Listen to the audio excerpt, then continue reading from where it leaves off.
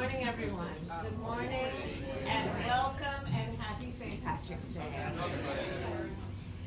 I am honored, Doug and I, second gentleman, are honored to welcome the Taoiseach and Mr. Barrett to the Vice President's residence. You've been here before. It is a great honor of ours as the United States to know that we have an enduring relationship, not only with Ireland, but with its leaders.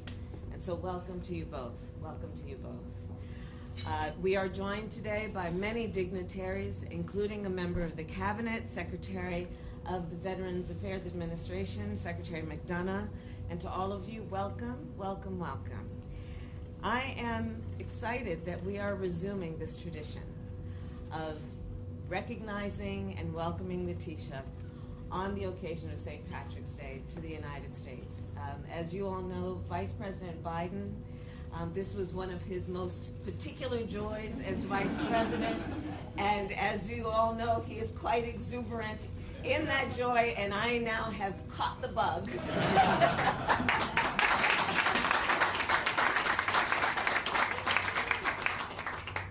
And our two countries, as we know, and the Taoiseach and I were able to discuss a bit before we came in, our two nations have such a deep, long, and enduring history together.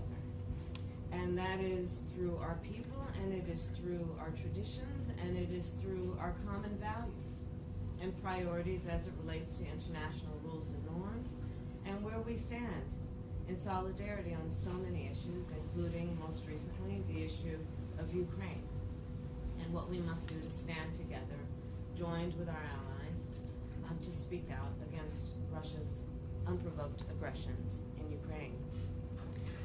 When I think of the relationship between our nations, we also, and the President will speak about this later today when he meets with the Taoiseach, cherish the hard-earned and won peace in Northern Ireland from the Good Friday Agreement. And it marks its anniversary, of course, this April, and it is something that we take quite seriously. And the President has been quite outspoken about it in terms of our commitment. And as President Biden has said, the Windsor Framework is an essential step to ensure peace and progress and to ensure that it is strengthened and preserved. I know that the President will discuss these matters with you later, and as you and I spoke privately, again, he takes these issues very seriously. Today is also, of course, a day to celebrate the long-standing relationships and the great pride that we as Americans take in our Irish roots. In the mid-19th century, thousands of Irish immigrants made their way, I will speak now as a point of personal privilege, made their way to California during the gold rush. And as many of you know, most of my career I spent in San Francisco, which has a long and strong pride in its Irish roots. And I will say that the Irish and the immigrants who came generations ago have shaped the history and the culture of the United States, but I will speak particular about California and its impact there.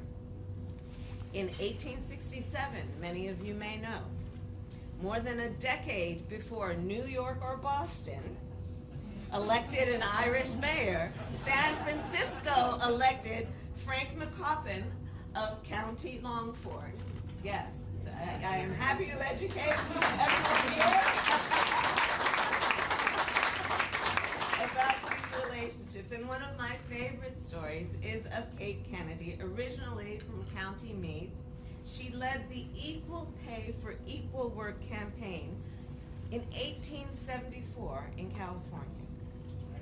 And of course, just this week, or last week, we here in the United States celebrated Equal Pay Day.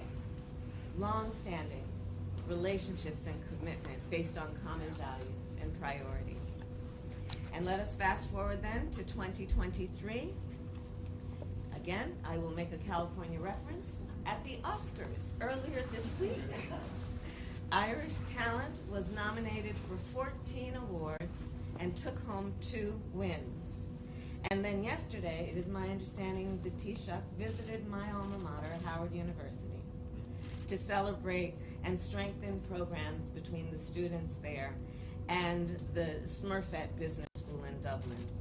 So through this and many other exchanges, including the pride that both Ireland and the United States take in the relationship between Frederick Douglass and Ireland, we show that through the years, through generations, this is a strong and enduring relationship that makes us all very proud. And so with that happy St. Patrick's Day, I will now raise a glass to toast the Taoiseach, Mr. Barrett, and all of you on St. Patrick's Day. Happy St. Patrick's Day.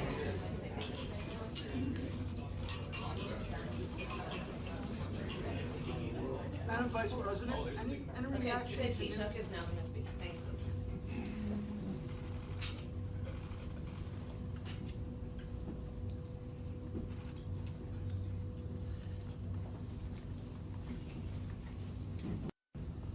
Morning, everyone. Vice President Harris, Second Gentleman, Mr. Doug Emhoff, distinguished guests and friends, as we come together this St. Patrick's Day morning in the breaking of bread, we enact what is a most ancient and enduring expression of friendship honoured across cultures. So thank you very much, Madam Vice President, for inviting Matt and me to be here in your beautiful home, and for continuing that very special tradition which was initiated by President Biden when he was resident here. As doctors and as proud members of the LGBT community, allow us to say how inspired we've been by your personal advocacy for marriage equality, particularly in relation to Proposition 8, and also your defence of the Affordable Health Care Act. From Stonewall to Sacramento to San Francisco, America has led the way when it comes to LGBT equality. And I don't think I would be here today were it not for what America did. And I know you've been such a strong ally for our community in that regard. And thank you for that.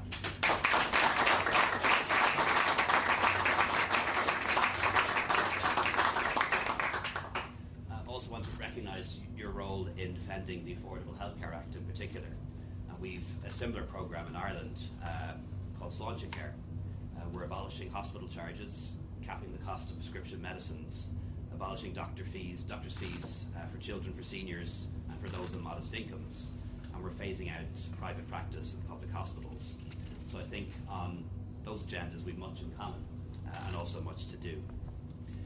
This year, as you know, we're marking many anniversaries in Ireland. 25 years since the Good Friday Agreement, 50 years since we joined the European Union, and 100 years since we joined the League of Nations.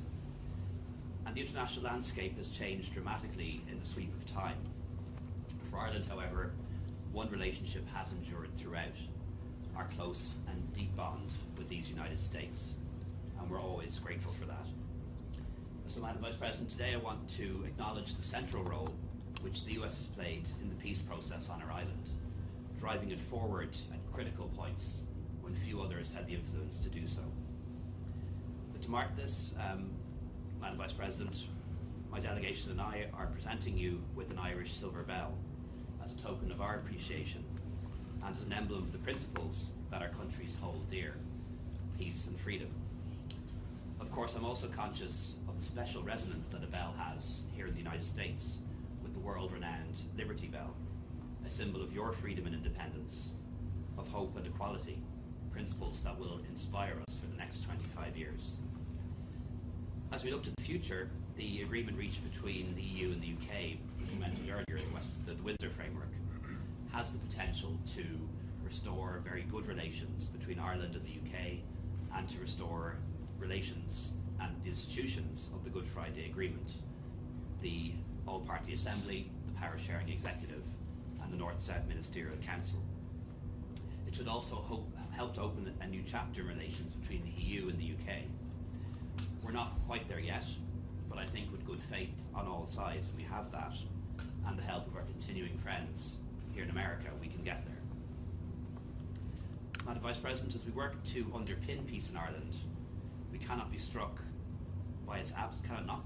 by its absence in other parts of the world. And most especially, we think of the extraordinarily brave people of Ukraine, who've endured more than a year of suffering at the hands of Russian invaders. And we stand with them for as long as it takes. Russia's war is a threat to the international order on which we all rely. It's an affront to human decency, and we'll work together to hold its perpetrators to account. And again, I want to thank you for the leadership that the US has shown on this issue. And thank you, Madam Vice President, on behalf of Ireland and all of for your leadership on this most important matter. Gurmil Mahagov, thank you again for the very warm welcome, for your kind hospitality here. La Eila Podrick, Sunadi of Kildare. Happy St. Patrick's Day to you all. Thank you.